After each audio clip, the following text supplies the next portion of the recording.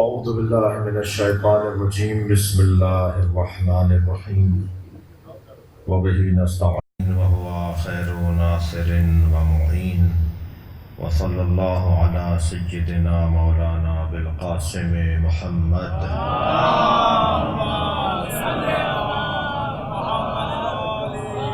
وآله الطيبين الطاهرين المعصومين الذين قال الله إنما يريد الله ليذهب عنكم الرجس أهل البيت ويطهركم تطهيرا.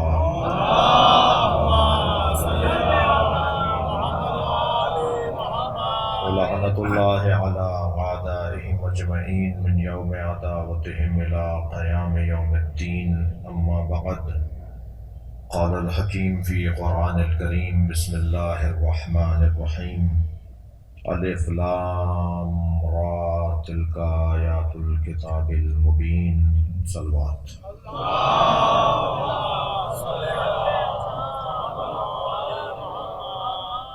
سورہ مبارکہ یوسف کی آج بسم اللہ پہ غور کرنے کا ارادہ ہے۔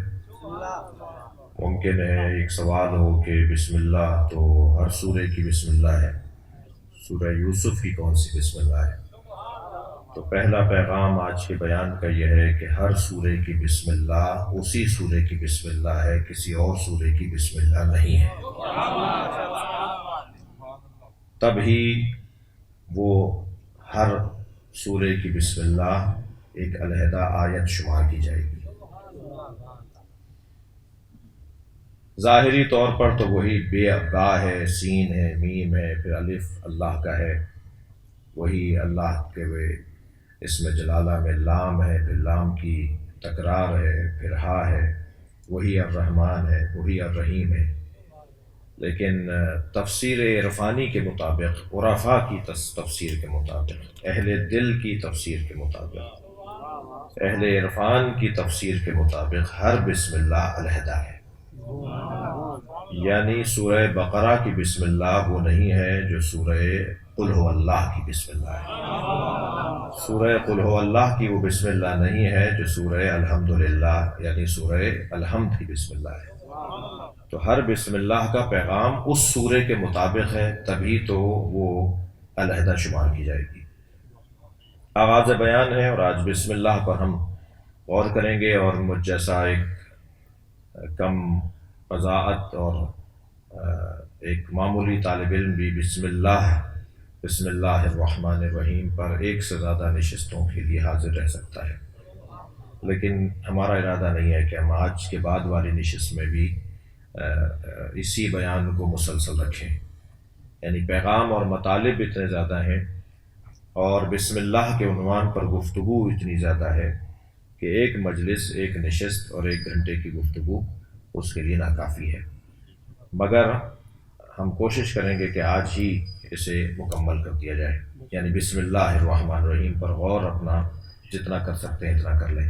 میرا ایک سوال ہے، قرآن کے طالب علموں سے ایک سوال، اور الحمدللہ ہم سب قرآن کے طالب علم ہیں، جب تک ہم زندہ ہیں اور ہمیں ہمارے سانس آ جا رہے ہیں تو ہمیں قرآن کی طالب علمی کا شرف حاصل ہے۔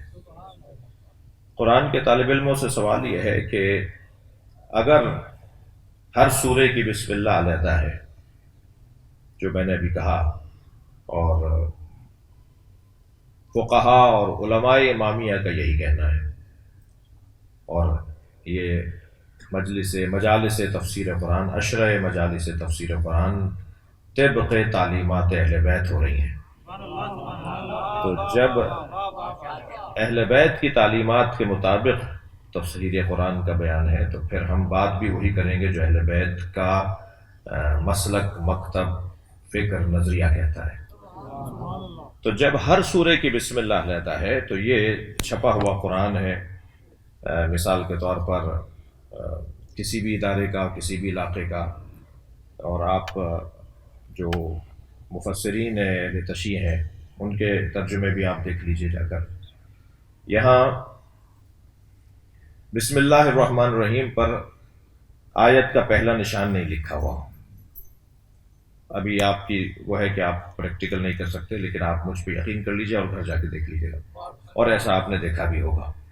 یہاں بسم اللہ الرحمن الرحیم کے اوپر نمبر 1 نہیں لکھا ہوا، آیت نمبر 1 لکھا ہوا ہے، الف لام را تلک آیات الکتاب المبین۔ سورہ یوسف کی جو پہلی آیت بظاہر ہے اس پر 1 نمبر نشان لگا ہوا ہے، یعنی پہلی آیت وہ ہے۔ ہم ابھی کہہ رہے تھے کہ بسم اللہ اس سورہ کی آیت ہے، تو یہاں بسم اللہ پر نشان نہیں لگا ہوا، مگر اسی قرآن میں جب آپ سورہ الحمد میں جائیں گے تو سورہ الحمد کے اندر بسم اللہ کے اوپر پہلا نشان لگا ہوا ہے، یعنی سورہ الحمد میں بسم اللہ الرحمن الرحیم پہلی آیت ہے، الحمدللہ رب العالمین دوسری ہے، الرحمن الرحیم تیسری ہے، مالک یوم الدین وہ گنیے چوتھی ہے، ایاک نعبد و ایاک نستعین پانچویں ہے، اہدنا الصراط المستقیم چھٹی ہے، صراط الذین انعمت علیہم غیر المغضوب علیہم ساتویں ہے۔ یعنی بسم اللہ ملا کر یہ 7 آیتوں والا سورہ ہے۔ مگر سورہ یوسف، اچھا سورہ بقرہ اسی کے برابر میں شروع ہو رہی ہے۔ سورہ بقرہ میں بسم اللہ الرحمن الرحیم کے آغاز میں بسم اللہ کے اختتام پر، یعنی سورہ کے آغاز میں بسم اللہ کے اختتام پہ 1 نمبر، آیت نمبر 1 نہیں لکھا ہوا، مگر الف لام میم پر 1 نمبر لکھا ہوا ہے۔ ذالک الکتاب لا ریب فیہ ھدی للمتقین نمبر 2، آیت نمبر 2۔ یہاں بسم اللہ سورہ الحمد میں بسم اللہ 1 آیت ہے، سورہ بقرہ میں بسم اللہ 1 آیت نہیں ہے، اور پھر ایسے ہی قص الہٰذا آپ آگے چلے جائیے پورے قرآن کے اندر، جتنے بھی سورہ قرآن مجید کے ہیں ان میں بسم اللہ کو 1 آیت شمار نہیں کیا گیا ہے، یعنی جب بسم اللہ کے بعد والی آیت کو نمبر 1 شمار کیا گیا ہے۔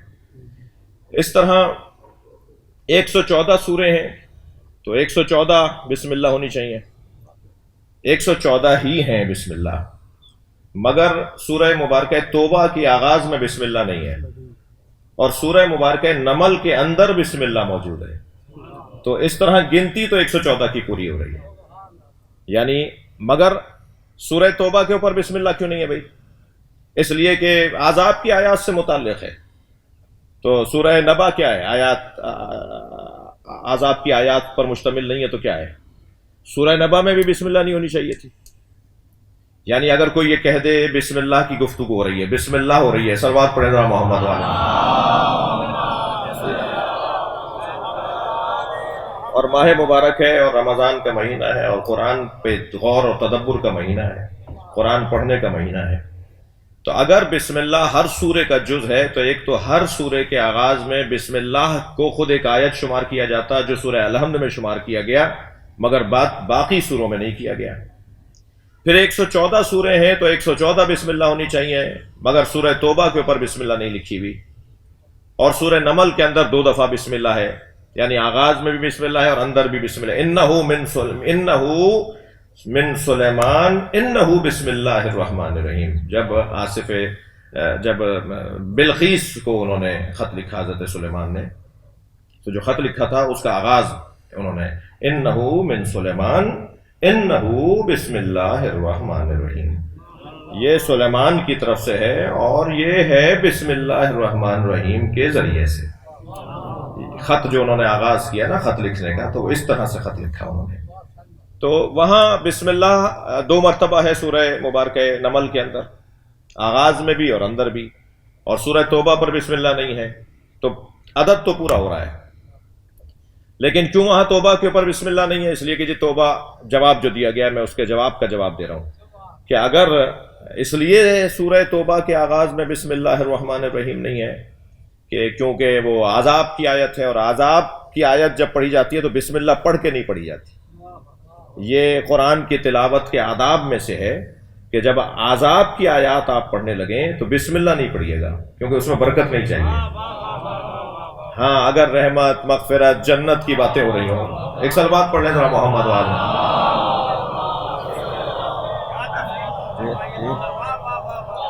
کیوں جہاں رحمتوں اور برکتوں کی بات ہو وہاں بسم اللہ سے بات شروع کی جائے، تو اگر یہی قاعدہ ہے، یہی قانون ہے اور ہے یہی قاعدہ ہے، تو پھر اور بھی تو بہت سے سورے ہیں کہ جن کا آغاز عذاب کی آیات پر مشتمل ہے۔ بحث بھائی یہ نہیں ہے، مسئلہ اصل میں یہ نہیں ہے، یہ میں نے تھوڑا سا سجایا ہے، بنایا ہے، منتقل کیا ہے اپنے پیغام کو کہ یہ اصلی مسئلہ کیا ہے، کیوں ہر اچھا وہاں تو قرآن مجبوری تھی ان کی کہ یہ بسم اللہ کے ساتھ بسم اللہ لگاتے، سورہ الحمد کے ساتھ بسم اللہ لگاتے. کہاں؟ الحمدللہ رب العالمین میں مجبوری تھی کہ یہ سورہ مبارکہ الحمد کے آغاز میں بسم اللہ کو گنتی میں لاتے، اس لیے کہ ایک اور آیت میں سورہ ہجر کی ایک آیت میں، اور آیت کا نشان ہے 87 نمبر آیت میں، سورہ ہجر کی 87 نمبر آیت میں اللہ نے کیونکہ سورہ الحمد کو 7 مثانی کہہ دیا، یعنی 7 آیتوں والا سورہ، تو اگر بسم اللہ کو ہٹائیں گے تو 6 آیتوں پر ہے سورہ، وہ سورہ 6 آیتوں پر ہے. بسم اللہ کو جوڑیں گے تو 7 آیتیں بنیں گی، کیونکہ ایک اور جگہ اللہ نے سورہ الحمد کو 7 آیتوں والا سورہ کہا ہے، تو مجبور ہو کر بسم اللہ کو جوڑ لیا، ماننا پڑا. اللہ نے منوایا کہ بسم اللہ سورے کا حصہ ہے. اور جگہوں پر کیوں نہیں بسم اللہ کو مان رہے؟ وہ ہے بغض علی. جی بغض علی کی وجہ سے، مولا علی کے بغض کی وجہ سے سوروں میں سے بسم اللہ کی گنتی ختم کر دی. میں دلیل دوں گا، بات کروں گا، تفسیر کے بیان ہے، یہ صرف نعرہ لگانے والا مجمع نہیں ہے، یہ سمجھنے اور سننے کے لیے آیا ہے نا، اور دلیل سے بات ہوگی. سارے سوروں کے آغاز سے بسم اللہ کو ہٹا دیا، اور عجیب بات ہے بغض علی میں یہ بغیر بسم اللہ کے نماز پڑھتے ہیں، نماز شروع کر دیتے ہیں اور بسم اللہ نہیں پڑھتے. وہ نماز کیا نماز جس میں بسم اللہ نہ ہو؟ آپ جا کے پڑھ لیجئے گا، میں پڑھتا ہوں، صلوات پڑھیں ذرا محمد وآل محمد. میں مصلحت امت کی خاطر پڑھتا ہوں نماز ان کے پیچھے، میں حکم فقہا کی خاطر پڑھتا ہوں ان کے پیچھے نماز، مگر وہ بسم اللہ نہیں پڑھتے. جی کعبے میں نہیں پڑھتے، کہیں نہیں پڑھتے. ممکن ہے آج والے جو نہیں پڑھ رہے ان کے ذہن میں بغض علی نہ ہو، مگر جنہوں نے انہیں لائن پہ لگایا ہے اور بسم اللہ کے بغیر نمازیں پڑھوائی ہیں، یعنی نماز ہی بسم اللہ کے بغیر ہے. میرا مزاج آپ جانتے ہیں، میں متعصب مولوی نہیں ہوں. میرا مزاج آپ جانتے ہیں کہ میں سنی شیعہ اتحاد کا صرف قائل نہیں ہوں بلکہ مروج اور محرک ہوں. صرف قائل نہیں ہوں، محرک بھی ہوں اور مشوق بھی ہوں، اور چاہتا ہوں کہ یہ کام آگے بڑھے. مگر عجیب بات نہیں ہے، شاید یہ جو آج بسم اللہ کے بغیر نمازیں پڑھ رہے ہیں انہیں شاید بغض علی نہ ہو، شاید نہ ہو. میرے لیے مشکل ہے کہ میں ان پر یہ الزام لگاؤں، لیکن جنہوں نے انہیں لائن پر ڈالا ہے اس کے ذہن میں بغض علی تھا، بغض علی تھا. اس لیے کہ جب توجہ مولا علی یہ فرمائے کہ اے ابن عباس قلم کاغذ اٹھاؤ، میں تمہیں بسم اللہ کی تفسیر سناتا ہوں، اور اے ابن عباس 70 اونٹ بھی اگر کاغذوں سے بھر جائیں گے تو بسم اللہ کی تفسیر مکمل نہیں ہو پائے گی. اور ابن عباس کہتے ہیں کہ میں کاغذ قلم لے کر بیٹھا تھا اور علی مجھے لکھوانے بیٹھے، بعد از عشاء ہم لکھنے بیٹھے اور علی مجھے لکھوا رہے تھے، لکھو بسم اللہ کی یہ تفسیر ہے. اور صبح کاذب کے آثار نمودار ہونا شروع ہوئے، صبح صادق آمد تھی. پھر بھی علی نے کہا اب نماز فجر کا وقت ہو گیا، اس لیے قلم روک دو ورنہ بسم اللہ کی تفسیر سے زیادہ ہے. ساری رات ہم بسم اللہ کی تفسیر سنتے رہے، میں سنتا رہا، علی لکھواتے رہے، میں لکھتا رہا، مگر بسم اللہ کی تفسیر مکمل نہیں ہوئی. اور پھر فرمایا کہ اے ابن عباس سارے قرآن کا جو نچوڑ ہے وہ سورہ مبارکہ الحمد میں ہے، اور سورہ مبارکہ الحمد کا جو دم اور طاقت اور اسارہ اور خلاصہ ہے وہ بسم اللہ الرحمن الرحیم میں، اور بسم اللہ کی جو طاقت ہے وہ بائے بسم اللہ میں. اور فرمایا انا نقطۃ تحت الباء، اور بے کے بسم اللہ کی بے کے نیچے کا نقطہ میں علی ہوں. میں آج اتفاق سے آپ کے سامنے بیان کرنے کی غرض سے تیاری کچھ پرانی ہے، کچھ نئی تیاری کرنی ہوتی ہے جب اس طرح کی نشستیں ہوتی ہیں. تو آج ایک مرتبہ اور اپنے مطالب میں اور اپنے علم میں اضافے کے لیے مطالعہ کر رہا تھا، تو حضرت آیت اللہ روح اللہ الموسوی الامام الخمینی کا ایک بیان مجھے نظر آیا اس بسم اللہ کے حوالے سے، اور بسم اللہ کی تفسیر کرتے ہوئے انہوں نے اس حدیث کو مولانا اس مولا کے فرمان کو انا نقطۃ تحت الباء، اس کے اوپر کچھ دیر گفتگو فرمائی، کیونکہ مطلب ان کا ہے، گہرائی ان کی ہے، پیغام ان کا ہے، تو انہی کے نام سے بیان کروں گا۔ وہ کہتے ہیں کہ اگرچہ اس حدیث کی سند پر قیل و قال ہے، اب جو ان کے الفاظ ہیں، اگرچہ اس حدیث کی، ظاہر ہے میں بھی جب بات کر رہا ہوں تو یہ 4 تو رسانے ہیں جو پوری دنیا میں ہمیں پہنچا رہے ہیں، اور ظاہر بعد میں مجھ سے کوئی خط بھی لکھ سکتا ہے، کوئی مجھے میل بھی کر سکتا ہے کہ مولانا آپ شما خود کو کچھ سمجھیں یا نہ سمجھیں، لوگ آپ کو کچھ سمجھتے ہیں تو اسی کی لاج رکھ لیتے ہیں۔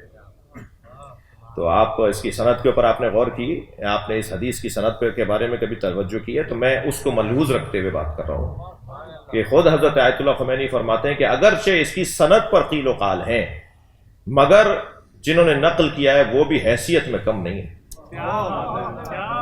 جنہوں نے مولا علی کے اس فرمان کو نقل کیا ہے، انا نقطۃ تحت الباء، کہ میں بے کے نیچے کا نقطہ ہوں، وہ نقل کرنے والے بھی حیثیت میں کم لوگ نہیں ہیں۔ کہہ کون رہا ہے، کس نے بیان کیا ہے، کس نے لکھا ہے، اس کو بڑی اہمیت حامل ہے، اہمیت کی حامل بات ہوتی ہے۔ فرماتے ہیں، جملہ ہدیہ کر رہا ہوں جو انہوں نے فرمایا، فرماتے ہیں کہ یہ کہنا مولا علی کا، یہ فرمانا مولا علی کا کہ میں بے کے نیچے کا نقطہ ہوں، یہ علی کی ولایت کا پیغام ہے۔ اس لیے کہ با کے بغیر اسم اللہ نہیں ہے، الرحمن الرحیم کا مفہوم سمجھ میں نہیں آئے گا، سورہ الحمد سمجھ میں نہیں آئے گی، قرآن سمجھ میں نہیں آئے گا۔ اگر قرآن مکمل سمجھنا ہے تو با کو سمجھنا ہوگا، اسی کو ولایت کہا جاتا ہے۔ سیطرہ، تسلط، اختیار، سیطرہ، مکمل تسلط کسی وجود کے اوپر جب کسی کا ہو تو اسے ولایت کہا جائے گا، فلاں کی ولایت میں ہے۔ مولا کائنات یہ اپنی ولایت کا اعلان کر رہے ہیں۔ یہ بھی ذہن عالی میں ہے کہ بسم اللہ کے با کے نیچے کا نقطہ علی ہیں، ہر با کے نقطے کو علی اپنے آپ، ہر با کا نقطہ علی نہیں ہے۔ توجہ کی دقت، ہر بے کے نیچے کا نقطہ علی نہیں ہے، بسم اللہ کی بے کے نیچے کا نقطہ علی ہے۔ اب اس کا نتیجہ کہاں لوں گا میں؟ صلوات پڑھیں ذرا محمد و آل محمد۔ ایک اور صلوات نبی کی ذات کر دیا گا۔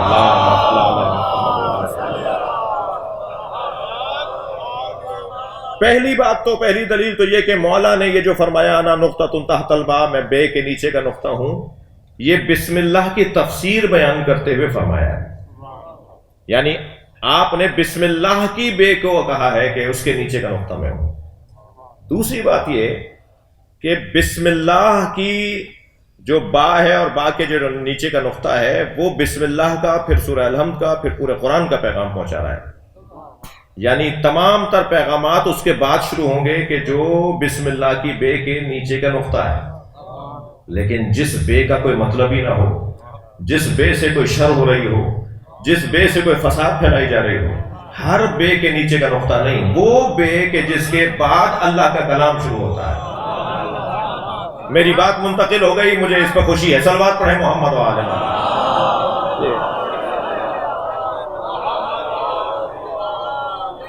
اب دیکھیے بے کے 3 معنی بیان کیے، علماء کرام تشریف فرمائے، صاحبان دقت بیٹھے ہیں، عربی گرامر سے وابستہ لوگ تشریف فرمائے، دینی مدارس کے چند شخصیات تشریف فرمائے۔ با کی 3 قسمیں ہیں، جیسے من کی بھی کچھ قسمیں ہیں، الا کی بھی کچھ قسمیں ہیں، فی کی کچھ قسمیں ہیں۔ جی با کی 3 قسمیں، بائے استعانت، بائے مصاحبت اور بائے ابتدا۔ یعنی با جہاں لکھا جاتا ہے تو اس سے مراد ہوتا ہے کہ میں ابتدا کرتا ہوں اللہ۔ اب مثلا بسم اللہ کو لے لیجیے، اگر با یہاں بسم اللہ کے نیچے کی با ابتدا کے معنی میں ہے تو ترجمہ کیا ہوگا؟ مصاحبت کے معنی میں ہے تو ترجمہ کیا ہوگا؟ استعانت کے معنی میں ہے تو ترجمہ کیا ہوگا؟ کیا ترجمہ کریں گے ہم بسم اللہ کا؟ اگر وہ ابتدا کے معنی میں ہے، آپ میری اس گفتگو سے خفا تو نہیں ہو رہے ہیں؟ اگر استعانت کے معنی میں ہے تو کیا ابتدا کے معنی میں کیا؟ تو ابتدا کے معنی میں اگر ہم با کو لیں گے مراد تو ترجمہ ہوگا کہ ابتدا کرتا ہوں اللہ کے نام سے جو رحمان اور رحیم ہے۔ لہذا جہاں کہیں آپ کو یہ ترجمہ لکھا ہوا نظر آئے وہ ترجمہ غلط نہیں ہے۔ ابتدا کرتا ہوں اللہ کے نام سے، اللہ کے جو رحمان و رحیم ہے. یہ ہوا ابتدا کے معنی میں با. اور با اگر مصاحبت کے معنی میں ترجمہ ہوگا کہ اللہ کے نام کے ساتھ جو رحمان و رحیم ہے شروع کرتا ہوں. مصاحبت کے معنی میں اللہ کے جو رحمان و رحیم ہے اس کے نام کے ساتھ، اللہ جو نام ہے جو رحمان و رحیم ہے اس کے ساتھ شروع کرتا ہوں، ابتدا کے معنی میں. اور اگر استعانت کے معنی میں ہو تو ترجمہ ہوگا کہ میں اللہ کے نام کی مدد سے شروع کرتا ہوں. ترجمہ ہوگا میں اللہ جو رحمان و رحیم ہے اس نام اللہ کی مدد سے شروع کرتا ہوں. اور با، یہ مدد کا کہاں سے پیغام ملا؟ با سے. با کون ہے؟ علی. با یعنی اس کے نیچے. اچھا چلے تھوڑا سا اور میں اس کو اپنے کم سن ساتھیوں کے لیے، جتنا بھی بیان ہے نا، میرا ہو آپ کا ہو، حتیٰ ہماری جان قربان اللہ کے کلام کے ایک حرف کے اوپر. اللہ کا کلام بھی کلام ہے اور بیان ہے. دو طرح کا اللہ کا کلام ہے. ایک کتاب مکنون ہے جسے لا یمسہ الا المطہرون، جسے سوائے صاحبان طہارت کے کوئی مس نہیں کر سکتا. وہ کتاب مکنون میں ہے، وہ لوح محفوظ پر ہے. وہاں تک یہ قرآن منزل ہے جو اس وقت ہمارے پاس ہے. وہ قرآن مکنون ہے، یہ قرآن منزل ہے. وہ قرآن وہ ہے جہاں تک صرف چاہدہ معصومین کے کوئی نہیں پہنچ سکتا. اور یہ قرآن منزل ہے جو ہمارے پاس بھی ہے. تو جو قرآن منزل نزول کے خاندان کا لفظ ہے، یعنی کسی چیز کے اترنے کو نزول کہا جاتا ہے، کسی چیز کے چڑھنے کو صعود کہا جاتا ہے یا عروج کہا جاتا ہے. عربی میں کہیں گے یا عروج یا کہیں گے صعود، اور اترنے کو نزول کہیں گے. تو کوئی چیز اگر اترے تو وہ وہاں تھی نا جو یہاں آئی ہے. آپ کو اچھا لگتا ہے وہاں سے یہاں آئے؟ آپ معنویات میں اور مقامات میں اور عظمتوں کے عنوان میں ذرا جائیے. آپ کی وہ حیثیت ہو، آپ یہاں آئیں، آپ کو اچھا لگتا ہے؟ یہ جو وہاں سے یہاں آیا یہ ہماری ضرورت تھی. ہم کیونکہ وہاں نہیں جا سکتے تھے، ہماری پریشانی تھی کہ ہم کتاب مکنون تک نہیں جا سکتے تھے. اس لیے منزل کیا ہے، اس کو ہمارے فہم کے مطابق ڈھالا ہے. جہاں تک ہم جا سکتے ہیں وہاں تک اسے ڈھالا گیا ہے، اس لیے منزل ہے. وہ مکنون ہے، وہاں وہ جائیں گے کہ جو جا سکتے ہیں، جنہیں قرآن نے کہا ہے کہ سوائے صاحبان طہارت کے کوئی اسے مس نہیں کر سکتا. تو اس قرآن کو تو ہر مجرم اٹھا لیتا ہے تو مس کرتا ہے. قرآن کہہ رہا نہیں کر سکتا. ہاں ہم مشاہدہ کریں کہ کر سکتے ہیں. قرآن کہہ رہا ہے کوئی صاحب غیر طہارت، غیر مطہر اس کو مس نہیں کر سکتا. ہماری عدالتوں میں تو ہر شخص اٹھا لیتا ہے.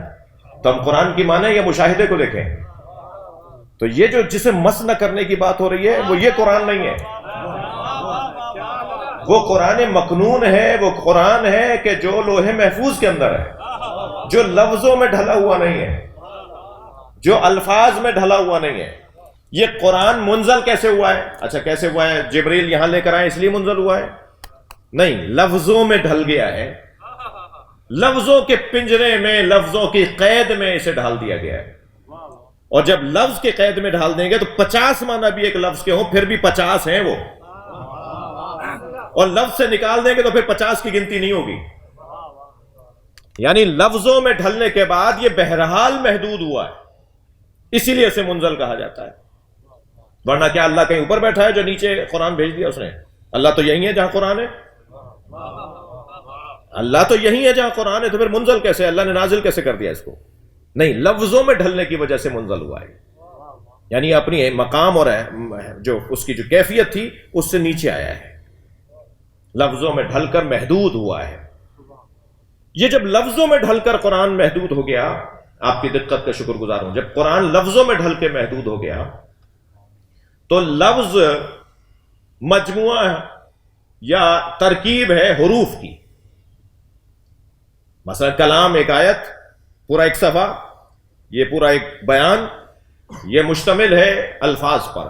الفاظ ترکیب ہوتے ہیں حروف کی، اور حروف بن نہیں سکتے، یا لفظ میں اور بہتر کروں، حرف بن نہیں سکتا جب تک کہ نقطے کی مدد نہ ہو. آپ نقطوں کو عمودی لگانا شروع کر دیں، اوپر سے نیچے نقطہ لگانا شروع کر دیں، برابر برابر جوڑیں، الف بن جائے گا۔ افقی لگانا شروع کر دیں تو پھر ایک ایسی شکل بنے گی کہ جس کے اوپر دو نقطے لگا دیں تو تا بن جائے گا، نیچے ایک نقطہ لگا دیں تو بے بن جائے گا۔ نقطوں کا مجموعہ حروف ہیں، حروف کا مجموعہ الفاظ ہیں، الفاظ کا مجموعہ کلمات اور جملات اور بیان ہے، اور قرآن بیان ہے۔ اور علی مولا فرما رہے ہیں انا نقطہ تحت الباء، میں بے کے نیچے کا نقطہ ہوں۔ جی، نقطہ تمام تر معلومات کو اگر سمیٹا جائے تو وہ نقطہ بن جاتا ہے۔ میں جدید سائنس اور آج کے سوشل میڈیا اور آج کے کمپیوٹر کے اوپر نہیں جاؤں گا، وہ آپ کو مجھ سے زیادہ پتہ ہے، لیکن اتنا ضرور ہے کہ نقطوں کے مجموعے سے حروف، اور حروف کے مجموعے سے الفاظ، اور الفاظ سے کلام اور بیان قرآن کی صورت میں۔ ہوا یہ کہ چونکہ بسم اللہ پر سب سے زیادہ تاکید مولا علی کی تھی، یعنی علی بغیر بسم اللہ والوں کو پسند نہیں کرتے تھے،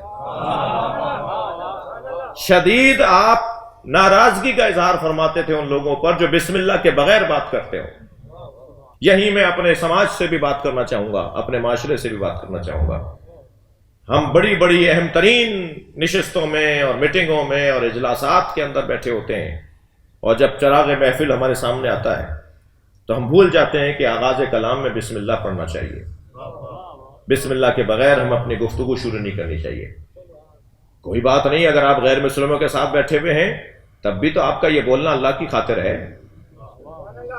اور بسم اللہ الرحمن الرحیم پڑھنا در حقیقت اپنے آپ کو خالص کر کے اپنے مالک کے حوالے کرنا ہے، اور جب ہم اپنے آپ کو خالص کر کے اپنے مالک کے حوالے کر دیتے ہیں تو پھر مالک کی غیب سے مددیں شروع ہوتی ہیں، وہ چاہے سیاسی نشستیں ہوں، وہ معاشی نشستیں ہوں، وہ اقتصادی نشستیں ہوں، وہ دینی ہوں یا ظاہری طور پر غیر دینی نشستیں ہوں، ان میں اگر بسم اللہ سے ہم نے بات کو شروع کیا تو اس کی برکتیں وہ ہیں جو علی چاہتے ہیں، مولا چاہتے ہیں۔ مولا کیونکہ سب سے زیادہ، لہذا فخر الدین رازی تفسیر کبیر کے اندر کہتے ہیں کہ میں نماز میں بسم اللہ کو جہرن پڑھنے کا حکم دوں گا، اس لیے کہ علی نماز میں بسم اللہ کو اونچی آواز میں پڑھتے تھے۔ اور کیوں علی پڑھتے تھے اور میں علی کے پڑھنے کو کیوں دلیل قرار دے رہا ہوں؟ اس لیے کہ میں نے یہ حدیث صحیح پائی ہے کہ نبی نے فرمایا الحق مع علی و علی مع الحق، حق علی کے ساتھ ہے اور علی حق کے ساتھ۔ تو جو علی کہے گا، جو علی کرے گا، وہ بات صحیح ہوگی۔ اور علی بن ابی طالب کا پیغام یہ ہے کہ بسم اللہ اونچی آواز میں پڑھا جائے، چاہے وہ نماز فجر کی ہو چاہے وہ ظہر کی ہو۔ نماز ظہر آپ خفائی پڑھتے ہیں، دھیمے لہجے میں پڑھتے ہیں، گلے میں پڑھتے ہیں، اور نماز فجر آپ جہری پڑھتے ہیں، یعنی گلے سے پڑھتے ہیں کہ سنیں آپ بھی سنیں، دوسرا بھی کوئی سننا چاہے تو سن لیں۔ لیکن دونوں نمازوں میں بسم اللہ کو جہرن پڑھنا ہے، چاہے پوری نماز آپ دھیمی لہجے میں پڑھ رہے ہو، بسم اللہ علی مولا کا حکم ہے اونچی آواز میں پڑھو۔ اور کیونکہ کثرت سے مولا کائنات بسم اللہ کی تلاوت کرتے تھے اور بسم اللہ کو پسند کرتے تھے، اس لیے سب سے پہلے علی کے بغض میں، علی کے دشمنی میں ایک شخص نے جب مدینہ منورہ میں سرکاری نماز پڑھائی، صلوات پڑھ لیں ذرا محمد والا،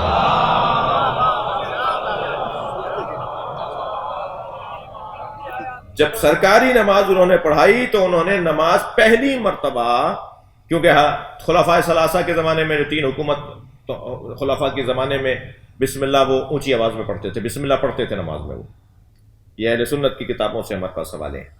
لیکن ایک شخص آیا اور اس نے پہلی مرتبہ سرکاری نماز میں بسم اللہ کے بغیر نماز پڑھائی، تو یہاں نماز مکمل ہوئی کہ صحابہ کرام نے آوازیں دینا شروع کی، اور آواز سب سے پہلی یہ اٹھی جس پہ دوسری آواز اٹھی، پھر تیسری آواز اٹھی، اور اس آواز میں آواز ملائی گئی، اور وہ آواز یہ تھی کہ یا فلانا سرقت الصلاۃ ام نسیتا، اینا بسم اللہ الرحمن الرحیم۔ صحابی محترم نے آواز دے کر کہا اے فلاں، نام لیا، نام لکھا ہوا ہے میرے پاس بھی، میں نہیں لے رہا، اے فلاں کیا تم نماز بھول گئے ہو یا تم نے بسم اللہ چرا لی ہے؟ بسم اللہ ہے کہاں؟ تمہاری نماز میں تو بسم اللہ ہی نہیں ہے۔ صحابہ کرام کو برا لگا، اور پھر آواز پر آواز ملائی گئی، اور باقاعدہ مدینہ منورہ میں احتجاج ہوا بسم اللہ ہٹانے پر۔ مگر صاحب پیسے کا تو کرشمہ ہے، طاقت کا تو روب اور جلال تاریخ اس کے اوپر گواہ ہے۔ باقاعدہ کام کیا گیا کہ بسم اللہ کو نمازوں سے ہٹایا جائے، اس لیے کہ بسم اللہ علی سے منسوب ہے اور علی بسم اللہ کو پسند کرتا ہے۔ کیسا انسان ہے یہ، علی کے بغض میں اللہ کو بھی چھوڑ دیتا ہے۔ اس نے علی کے بغض میں اللہ کو بھی چھوڑ دیا، یہ تو ذکر اللہ کا ہو رہا تھا نا۔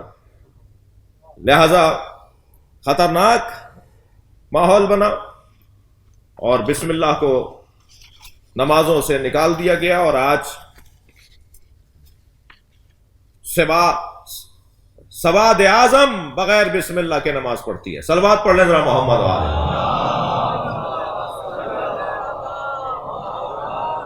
اس سے بہتر اور بلند صلوات نبی اللہ۔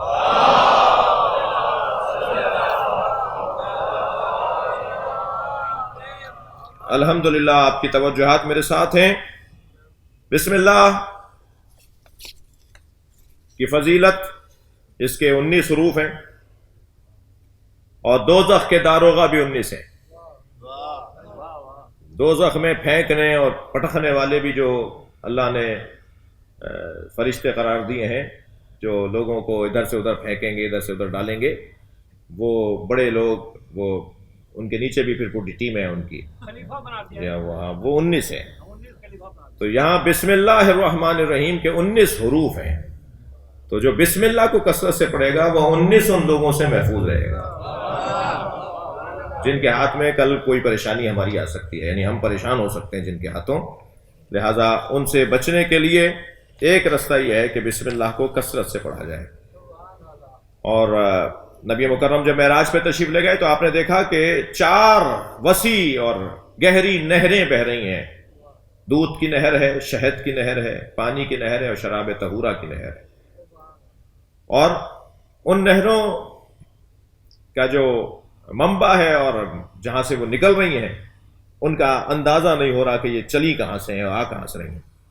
سرکار نے ہماری خاطر سوال کر لیا تاکہ روایت بن جائے اور آج یہاں بیان ہو جائے، ورنہ سرکار اس لیے تو سوال نہیں کر رہے کہ انہیں پتہ نہیں ہے۔ سرکار نے جبریل امی علیہ السلام سوال کر لیا کہ جبریل، یہ دودھ کی، شہد کی، پانی کی اور شراب طہورہ کی جو نہریں ہیں یہ کہاں سے آ رہی ہیں؟ آئیے میں آپ کو دکھاتا ہوں یہ کہاں سے آ رہی ہیں۔ جبریل لے کے چلے سرکار کو، تو ایک جگہ اب ہم اندازہ نہیں بتا سکتے کتنا بڑا لکھا ہوتا بسم اللہ الرحمن الرحیم۔ بسم اللہ کی میم سے پانی کی نہر بہ رہی تھی، اور اللہ کی ہے سے دودھ کی نہر بہ رہی تھی، اور رحمان کی نون سے شہد کی نہر بہ رہی تھی، اور رحیم کی میم سے شراب طہورہ کی نہر بہ رہی تھی۔ کچھ منظر بنائیے، کچھ آپ نقشہ بنائیے، کوئی ڈرائنگ بنائے گا تو کیسے بنے گی، کوئی پینٹنگ کرے گا تو کیا نظر آئے گا کہ یہ چاروں جنت کی جو نہریں ہیں، جو جنت میں 4 نہریں ہیں، وہ بسم اللہ سے نکلنے والی نہریں ہیں۔ اور معصومین کا فرمان ہے کہ بسم اللہ کے بغیر جو کام شروع کیا جاتا ہے وہ ابتر، وہ کام مکمل نہیں ہوتا، اس میں برکت نہیں رہتی۔ کل سے ہم شروع کریں گے سورہ مبارکہ یوسف کو۔ قرآن مجید میں 7 ایسے سورے ہیں جو انبیاء کرام کے ناموں سے شروع ہوئے ہیں، جن سوروں کے نام انبیاء کے ناموں پر ہیں۔ سورہ ہود ہے، سورہ ابراہیم ہے، سورہ یونس ہے، سورہ نوح ہے، سورہ لقمان ہے، سورہ یوسف ہے، اور سورہ محمد ہے۔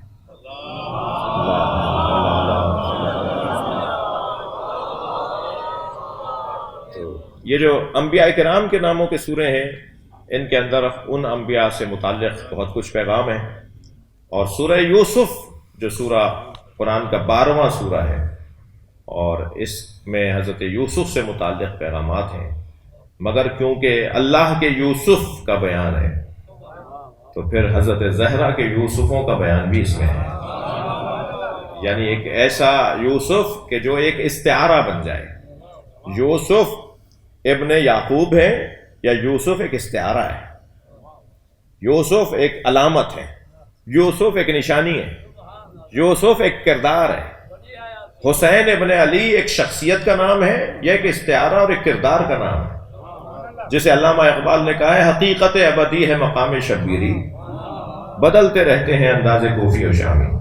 حسین ابن علی تو ایک شخصیت کا نام ہے، مگر مقام شبیری ایک ذمہ داری کا نام ہے۔ ایسے ہی حضرت یوسف حضرت یعقوب کے بیٹے ضرور ہیں، مگر کردار کے عنوان سے دیکھیں تو ایک استعارہ ہے۔ انہیں دیکھتے رہیں تو ہر زمانے کا یوسف ان مشکلوں سے نکل سکتا ہے۔ کل سے ہم حضرت یوسف کے نام کے سورے پہ غور کریں گے، اور انشاءاللہ یہ بیان ہمارا کچھ اپنی منزلوں کو آگے طے کرے گا۔ دعا کریں گے پروردگار عالم کی بارگاہ میں، یا اللہ ہمیں بیٹھنے اور بولنے کو عبادت شمار فرما، ہم پر رحمتیں اور برکتیں نازل فرما، امام زمانہ کے ظہور میں تعجیل فرما۔ جن مرحومین کے نام ابتدا میں لیے گئے ان کی مغفرت کے لیے سورہ فاتحہ تلاوت فرمائیں۔ الرحمن الرحیم